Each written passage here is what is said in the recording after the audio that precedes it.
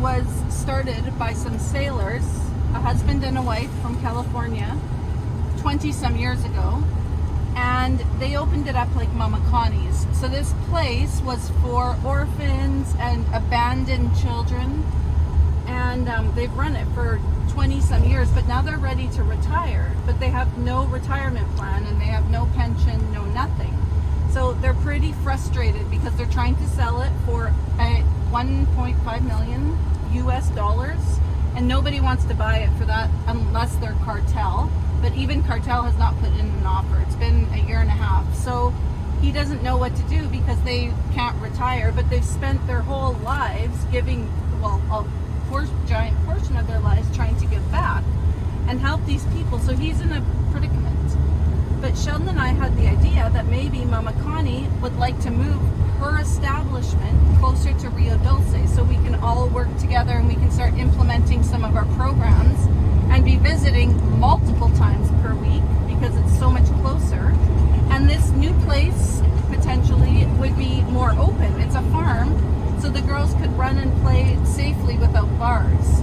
Where Mama Connie's place right now is more of an institution with bars and concrete, and it's a little colder. So it's more industrial. More industrial. So this place here has so much potential because it has mangoes and papaya and pineapple and lots of farm opportunity.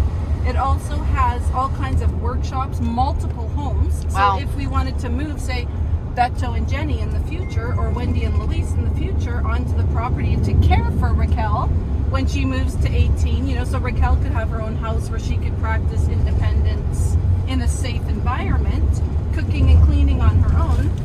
All of that would be possible here. And there's also another property right beside it for sale that you can only access through this ranch.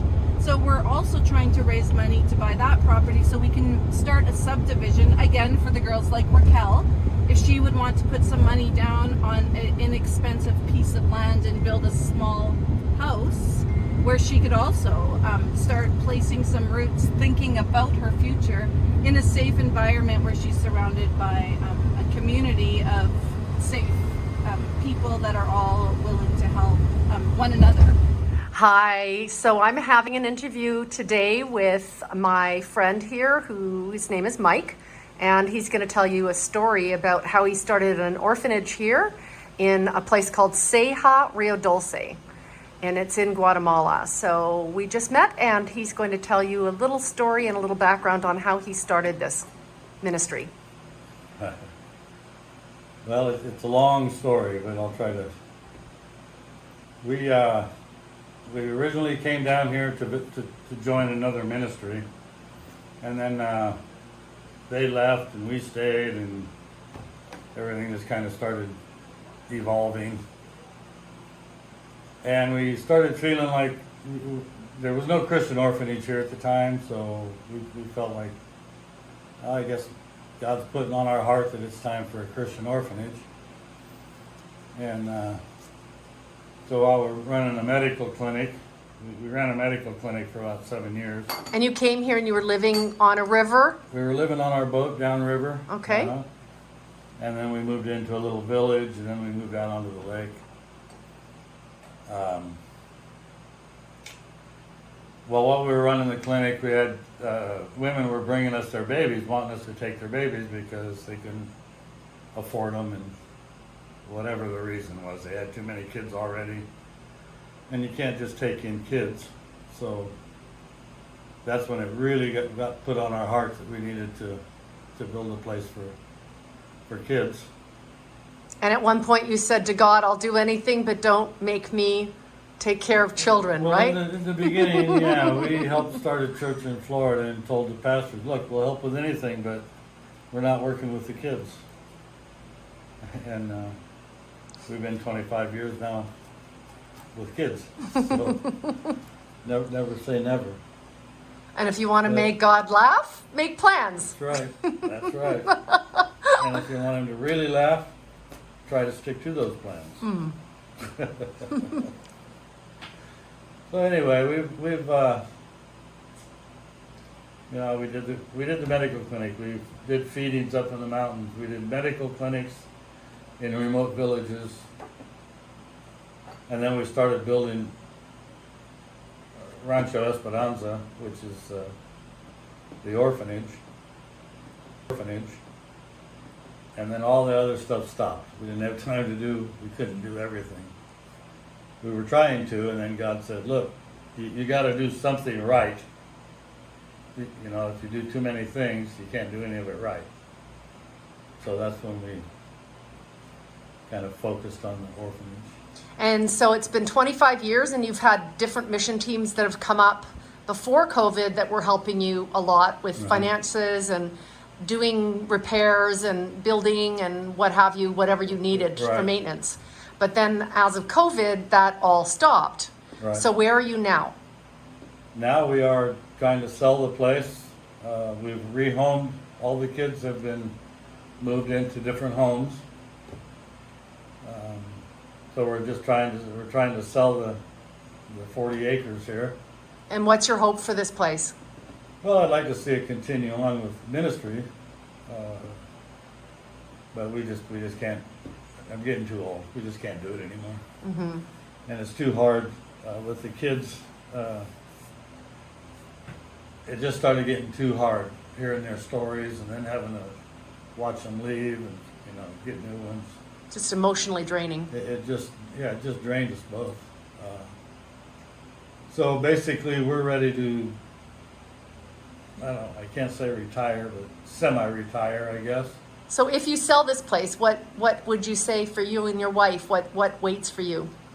Well, we'll buy another house here in the area, and then have Michael stay in it. It's our son.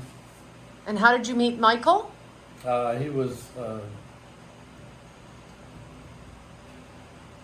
a product of a rape, and the mom and grandmother that we knew wanted us to see if we could adopt him, get somebody to adopt him. And then they decided they didn't want that. They wanted to know if we'd adopt him. So we talked about it a little bit and decided to go ahead. So now we have a 20-year-old Guatemalan son too. He just started university, so he'll be here. We'll buy a house. He'll live in it, go to school, work. We'll be back probably 3 months north and 3 months down here to work with. We've had some people ask me about if I would do some consulting work with them and help them out with some of their stuff at some various orphanages. So we'll probably get involved in that and just keep busy. Just keep doing what God wants us to do until He doesn't want us doing it. If you had one message you wanted to give to the world, what would it be? Based on your experience and what you've been through. Just help the kids. Protect the kids. None of them are here because they want to be. None of them are here because it was their fault. They need protection. They need help. I would just encourage people. I don't care what orphanage it is. I don't care what it is involved with kids. Just help with the kids. They're the most important. That's incredible coming from somebody who wanted nothing to do with kids 25 years ago. It's ironic. Well, it's ironic. We have a son in the States too. A biological son? Yeah. And so it's not that we were against kids. We just didn't want to. We just didn't want to work with them. Mm-hmm. Yeah. I bet you feel very differently now. Oh well, yeah. Do you feel like your life has been forever changed and blessed by the fact that for the work you did? Absolutely. Do you regret making that decision? No, I don't. There's not a thing I regret about being amazing. Here. Not a thing. I would do it again if I was 30 years younger. Yeah. Well, as anybody that's getting older knows, you just can't keep up the same pace. Mm. And the kids need somebody younger that can play with them. And so that's God does amazing things. Mm. he uses whoever he wants, wherever he wants. And how, I just want you to kind of just say a few words about how you were able to buy this place, if you want to briefly just tell that little story. Well, we were working the clinic. We took a gentleman into the eye doctor, and on the way back he says, because we had kind of talked a little bit about looking for someplace, and he said, well, I got a place for you, you want to look at it? So we did, and it was basically perfect. And then But you had no money. we didn't have the money for it. A friend of ours that we were doing medical missions with kept calling. I was going to California. I had a ticket to go from Guatemala to California to see my mother. And he kept saying, man, you got to stop and meet these guys. They're in Knoxville, Tennessee. You really need to meet them. And I'm like, man, buddy, I can't. I already got my ticket. It's going to cost, I don't know how much more to change tickets around. You really got to do this. Went on for 3 weeks. He called me about every other day. And I finally said, okay. So I got there in Knoxville, Tennessee. He picked me up. I spent the night. The next day, late afternoon, we met with this group. They're just a Bible study. They got together in high school, and they were all friends. And I spoke with them for about 3 hours. I made a little PowerPoint thing on the way up there on the airplane.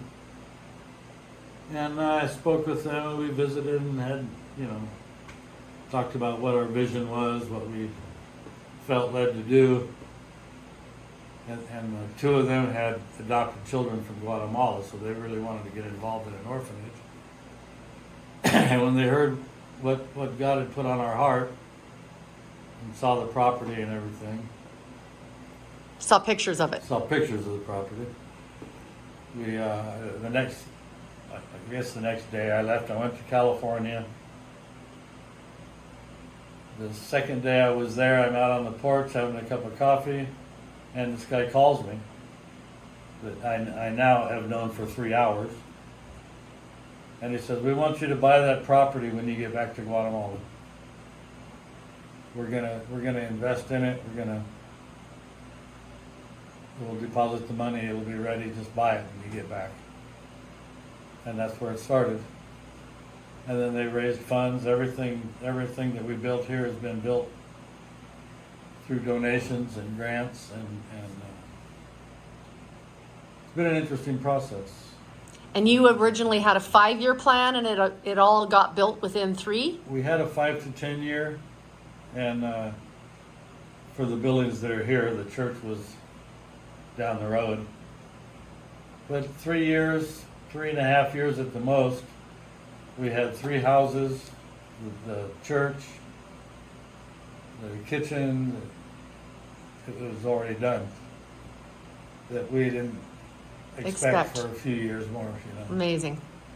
So, and then we just have been running it now for about 20 years, I guess. So now the hope is we're talking with a woman named Mama Connie and her husband that this would be perfect for. So this is what we're hoping, is that they take this place over, and Mike and his wife are able to retire. Can you give me your full name? I'm Mike Ray. Mike Ray. And your wife's name? My wife is Karen Ray. Karen Ray. And so semi-retirement, and maybe you would oversee this, whoever takes over, you could oversee it and introduce them to the neighboring communities and what have you. I will be absolutely thrilled to, if ministry comes in and wants help or advice, I would be thrilled to do it. Well, thank you so much for your time for this video. Thank you for taking some time to share with us what you've done for the last 25 years, and thank you for all of your work for all of these kids. Yeah. You're an amazing man. Thank God for that. That's not me. I get that, but you had to say yes. Yeah. You had to say yes. Well, that's only because I didn't know you could say no. Still, it's amazing what you've created here, so thank you.